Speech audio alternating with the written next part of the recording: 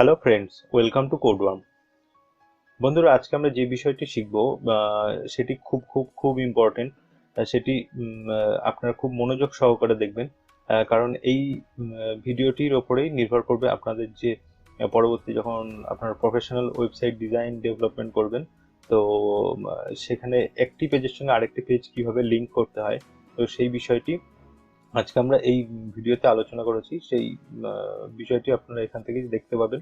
আর এটি একটি কনফিউজিং একটি টপিক, কারণ প্রথম প্রথম যারা ওয়েবসাইট ডিজাইন ডেভেলপমেন্ট শুরু করে বা এইচটিএমএল শেখা শুরু করে, তো তাদের মধ্যে প্রচুর প্রশ্ন আসে যে আমরা যে লিঙ্কগুলো বানাচ্ছি বা যে ওয়েবসাইটগুলো আমরা ভিজিট করছি, অ্যাবাউটে ক্লিক করলে অ্যাবাউটে যাচ্ছি বা কন্ট্যাক্টে ক্লিক করলে কন্ট্যাক্ট পেজে যাচ্ছি, তো সেগুলো কিভাবে সম্ভব হয়, একটি পেজ আরেকটি পেজের সঙ্গে কিভাবে কানেক্টেড হয়। তো চলুন দেখি আমরা সেই ওয়েবসাইটটাই, সেই টপিকটি আমরা দেখে নিই। আমি একটি খুবই খারাপ একটি ডিজাইন বানিয়েছি জাস্ট বোঝার সুবিধার জন্য আমরা এমএস পেইন্টে। তো মনে করুন আমাদের কাছে তিনটি পেজ আছে। ওকে, তো প্রথম পেজটি হলো red page, next green page and blue page. Okay, তো এই যে তিনটি পেজ আছে, এই তিনটে পেজের সঙ্গে আমি চাইছি যে একে অপরের সঙ্গে কানেক্টেড করতে, অর্থাৎ লিঙ্ক করতে। আমি যখন রেড পেজে থাকবো সেখান থেকে আমি গ্রিন পেজে যেতে পারবো, আবার রেড পেজ থেকে আমি ব্লু পেজে যেতে পারবো। ঠিক একই রকম ভাবে আমরা উল্টো জিনিসটা করতে পারবো, যে আমি যদি গ্রিন পেজে থাকি সেখান থেকে আমি রেড পেজে আসতে পারবো, বা গ্রিন পেজ থেকে আমি যে ব্লু পেজ আছে সেখানে যেতে পারবো। তো প্রত্যেকটার সঙ্গে প্রত্যেকটা এইভাবে কানেকশন তৈরি করতে হবে। আবার আমি উল্টো দিক থেকে ব্লু পেজ থেকে আমি গ্রিন পেজে আসবো, আবার এখান থেকে এখানে রেড পেজে আসবো। তো এই যে ইমেজটি আছে, ইমেজটি দেখে আপনাদের একটু জটিল মনে হতে পারে যে কি হচ্ছে, কোন পেজের সঙ্গে কি লিঙ্ক হচ্ছে বা কি হচ্ছে, তো ক্লিয়ার হচ্ছে না। তো চলুন আমরা কোডের মাধ্যমে দেখবো। তো তার আগে আমাদের যে প্রয়োজন সেটি হলো আমাদের একটি লিঙ্কের মাধ্যমে একটি মেনু টাইপের জিনিস কিছু বানাতে হবে।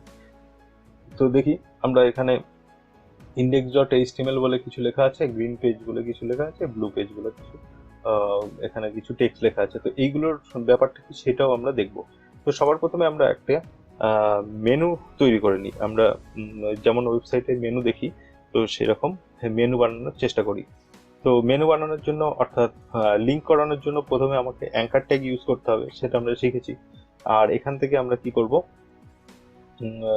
এই অ্যাঙ্কারের মাধ্যমে আমরা মেনু বানানোটা শিখবো। আর মেনু কিভাবে বানাতে হয়, একটি প্রফেশনাল ওয়েবসাইটে মেনু কিভাবে বানাতে হয় সেটি আমরা পরবর্তী ভিডিওতে শিখবো।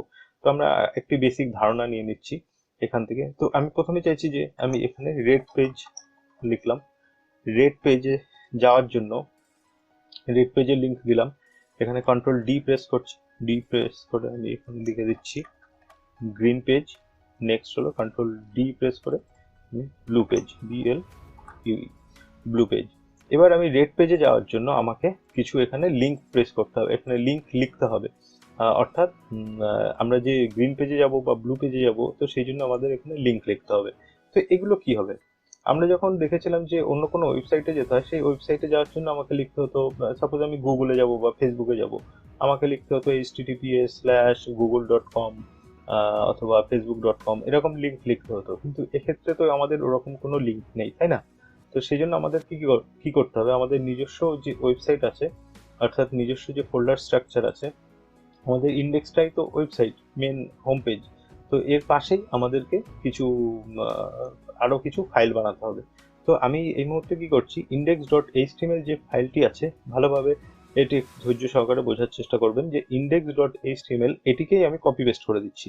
কপি পেস্ট, কপি পেস্ট করার পরে আমি এটিকে জাস্ট F2, কিবোর্ড থেকে একদম টপে যে ফাংশন বাটনগুলো আছে সেখানে গিয়ে F2 প্রেস করলাম। প্রেস করে আমি এটিকে নাম রাখছি red page, red page dot HTML. ঠিক একই রকম ভাবে এটিকে আমি আবার কপি পেস্ট করছি। এটিকে কপি করে এখানেই আমি পেস্ট করে দিলাম। পেস্ট করে রাইট ক্লিক করে এটিকে আমি নাম চেঞ্জ করে দিচ্ছি। এটিকে নাম রাখলাম গ্রিন পেজ ডট এইচটিএমএল। আর লাস্ট আরেকটি দরকার, control C control V press করে আমি আরেকটি ফাইল বানিয়ে নিয়েছি। সেই ফাইলের নাম রেখেছি ব্লু পেজ ডট এইচটিএমএল। তো আমার তিনটে ফাইল তৈরি হয়ে গেছে। তো এই তিনটে ফাইল আমি যদি এখন ব্রাউজারে আসি, তো সরি, মানে আমি যদি এডিটরে আসি, আমি দেখতে পাবো যে blue page dot HTML, green page index তো টোটাল আমার কতগুলো পেজ আছে, 4টি পেজ আছে। এখানে আমি ইন্ডেক্স পেজে দাঁড়িয়ে আছি। তো এখানে ইন্ডেক্স পেজে আমি যেহেতু দাঁড়িয়ে আছি, তো এখানে আমি বোঝার সুবিধার জন্য এখানে আমি লিখে রাখছি এটি আমার হোম পেজ। তো এখানে রাখলাম হোম। ওকে, আর নেক্সট আমি যাচ্ছি রেড পেজ। এখানে রেড পেজে ক্লিক করলাম। তো আমি এখন এখানে রেড পেজে আছি। তো এই যে রেড পেজ যেটি আছে, সেই রেড পেজের মধ্যে এসে আমি এখানে লিখে রাখলাম রেড। আচ্ছা, নেক্সট হলো গ্রিন পেজ। তো গ্রিন পেজে এসে একই রকম ভাবে গ্রিন।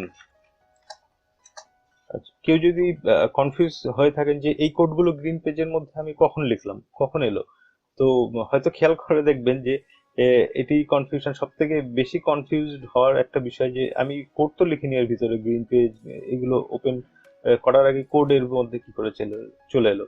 কারণ আমি ইন্ডেক্স ডট এইচটিএমএল থেকেই তো কপি পেস্ট করেছিলাম, আর ইন্ডেক্স ডট এইচটিএমএল এর যে কোডগুলো লেখা ছিল অবভিয়াসলি সেই সমস্ত কিছু টেক্সট নিয়েই আমার বাকি ফাইলগুলো তৈরি হয়েছে। তো আমি এখানে এসে তো ফ্রেশ যে ফাইলটি আমি দেখবো আশা করেছিলাম সেটি আমি দেখছি না, কারণ এখানে ইন্ডেক্স পেজটি এসছে। আমি শুধু জাস্ট এবার কন্টেন্ট চেঞ্জ করছি এর মধ্যে। তো ব্লু পেজ যেটি আছে, সেই ব্লু পেজে আমি যদি যাই, গিয়ে এখানে লিখে দিলাম ব্লু, BLUE, ব্লু। ওকে, তো এবার আমি আমার যে হোম পেজ আছে অর্থাৎ ইন্ডেক্স পেজ আছে সেখানে আসলাম। সেখানে আসার পরে আমাকে কি লিখতে হবে, যে রেড পেজ। রেড পেজে যাওয়ার জন্য আমাকে কিসের লিঙ্ক করতে হবে, red dot HTML, red page. এখানে আমাকে হিন্ট দিচ্ছে red page dot HTML. Next আমাকে গ্রিন পেজে যাওয়ার জন্য গ্রিন পেজ ডট এইচটিএমএল, আর এটা blue page, BLUE, blue page dot HTML. এবার আমি ব্রাউজারে যাচ্ছি। ব্রাউজারে গিয়ে যদি আমি রিফ্রেশ করি, তাহলে দেখতে পাবেন এখানে red page, green page, blue page, আর এখানে হোমটা দেখাচ্ছে, তাই না? তো আমি যদি এবারে এসে যে রেড পেজ যেটি আছে, সেই রেড পেজের এখানে এসে যদি ক্লিক করি, তাহলে খেয়াল করবেন যে আমি রেড পেজে এসেছি, আর আমার এখানে যে কন্টেন্ট ছিল সেই কন্টেন্টগুলো কিন্তু মিসিং আছে, অর্থাৎ নেভিগেশনগুলো দেখতে পাচ্ছি না। কিন্তু আমি এখানে এই যে রেড ড্যাশ এইচটিএমএল এইটিই দেখতে পাচ্ছি, অর্থাৎ আমি এখানে রেড পেজ ডট এইচটিএমএল পেজে আমি কিন্তু চলে এসেছি সাকসেসফুলি। কিন্তু এখানে এসে একটা প্রবলেম হলো, আমি কিন্তু আর ফেরত যেতে পারছি না, বা অন্য কোনো পেজে আমি ভিজিট করতে পারছি না। ঠিক যেমন আমি এখানে যে পেইন্টে দেখিয়েছিলাম যে আমি রেড পেজের থেকে অন্যান্য পেজেও তো যেতে চাই, আবার হোম পেজেও আসতে চাই, কিন্তু সেই সমস্ত জিনিসগুলো কিন্তু আমি এখানে করতে পারছি না। তো সেটি করার জন্য আমাকে কি করতে হবে, আমি যে ইন্ডেক্স পেজে যে লিঙ্কগুলো লিখেছিলাম সেই লিঙ্কগুলোর মধ্যে আমাকে অর্থাৎ এই যে লিঙ্কগুলো আছে সেই লিঙ্কগুলো কপি করে আমাকে রেড পেজের মধ্যে এসেও লিখতে হবে। এবার আমি সেভ করছি। সেভ করার পরে আমি যদি এখন রিফ্রেশ করি, দেখবো যে রেড পেজের মধ্যেও সেই লিঙ্কগুলো চলে এসছে। এবার এখান থেকে কিন্তু আমি গ্রিন পেজেও যেতে পারবো। এই যে গ্রিন পেজ ডট এইচটিএমএল, আর এখানেও গ্রিন টাইটেলের মধ্যেও দেখতে পাচ্ছেন যে গ্রিন পেজে আমি আছি। তো আমি এই জিনিসটি বাকি যে পেজটি রয়েছে ব্লু পেজ, সেটির মধ্যেও আমি এটিকে লিখে দিলাম। লিখে দেওয়ার পরে আমি যদি রিফ্রেশ করি, দেখবেন যে গ্রিন পেজ, আচ্ছা গ্রিন পেজে আমি মিস করে গেছি, এটিকে গ্রিন পেজের মধ্যেও লিখে দিলাম। লিখে দিয়ে যদি রিফ্রেশ করি, তাহলে রেড, গ্রিন, ব্লু। এবার আপনারা এই যে ইউআরএল যেটি আছে, ইউআরএলটি খেয়াল করবেন। আমি যদি ব্লু পেজে ক্লিক করি, তাহলে blue page dot HTML, green পেজে যদি ক্লিক করি, গ্রিন পেজ ডট এইচটিএমএল, আর রেড পেজে যদি ক্লিক করি, রেড পেজ ডট এইচটিএমএল। এবার একটু ভিজুয়ালি জিনিসটা যে সঠিকভাবে চেঞ্জেস হচ্ছে সেটি বোঝার জন্য আমি একটা কাজ করছি। আমি যে রেড পেজে আছি, তো রেড পেজে দাঁড়িয়ে আমি একটা কাজ করছি যে এখানে যে রেড পেজের মধ্যে যে বডি ট্যাগটি আছে, এখানে এসে আমি একটা ক্লাস লিখে দিচ্ছি। ক্লাস এর মধ্যে আমি লিখলাম রেড। ওকে, তো রেড লেখার পরে আমি সিএসএস এসে আমার কিন্তু একটা জিনিস খেয়াল রাখতে হবে, এখানে যে যত এইচটিএমএল ফাইল আছে, আমার এখানে 5টা 10টা 1000টা পেজ থাকতে পারে এইচটিএমএল, কিন্তু আমরা সাধারণত সমস্ত কিছু যদি কমন স্টাইল থাকে, আমরা স্টাইল ডট সিএসএস একটা ফাইলই ব্যবহার করি। আর এই একটা ফাইলই কিন্তু আমার এখানে প্রত্যেকটা পেজের মধ্যে লিঙ্ক করানো আছে, স্টাইল ডট সিএসএস। তো আমি সেখানে এসে রেড যে ক্লাসটা লিখেছিলাম, সেই ক্লাসটার মধ্যে আমি লিখলাম যে ব্যাকগ্রাউন্ড কালার রেড। তো এখানে আমি রেড লিখে দিচ্ছি।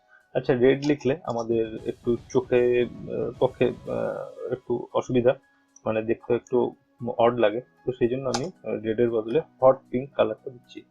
একই রকম ভাবে আমি যদি গ্রিন পেজে যাই, বডির মধ্যে এখানে আমি ক্লাস লিখে দিলাম গ্রিন।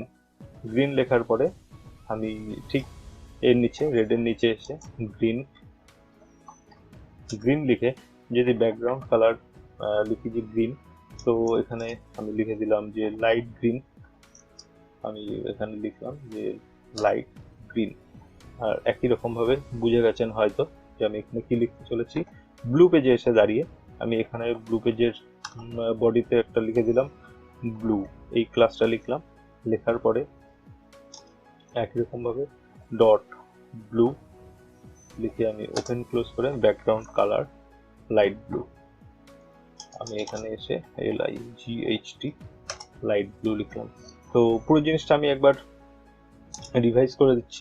আমরা যত যে তিনটে লিঙ্ক লিখেছিলাম সেই তিনটে লিঙ্ক আমি প্রত্যেকটি ব্লু পেজ, গ্রিন পেজে এসে সেই একই রকম লিঙ্ক, আর রেড পেজের মধ্যেও একই রকম লিঙ্ক লিখেছি।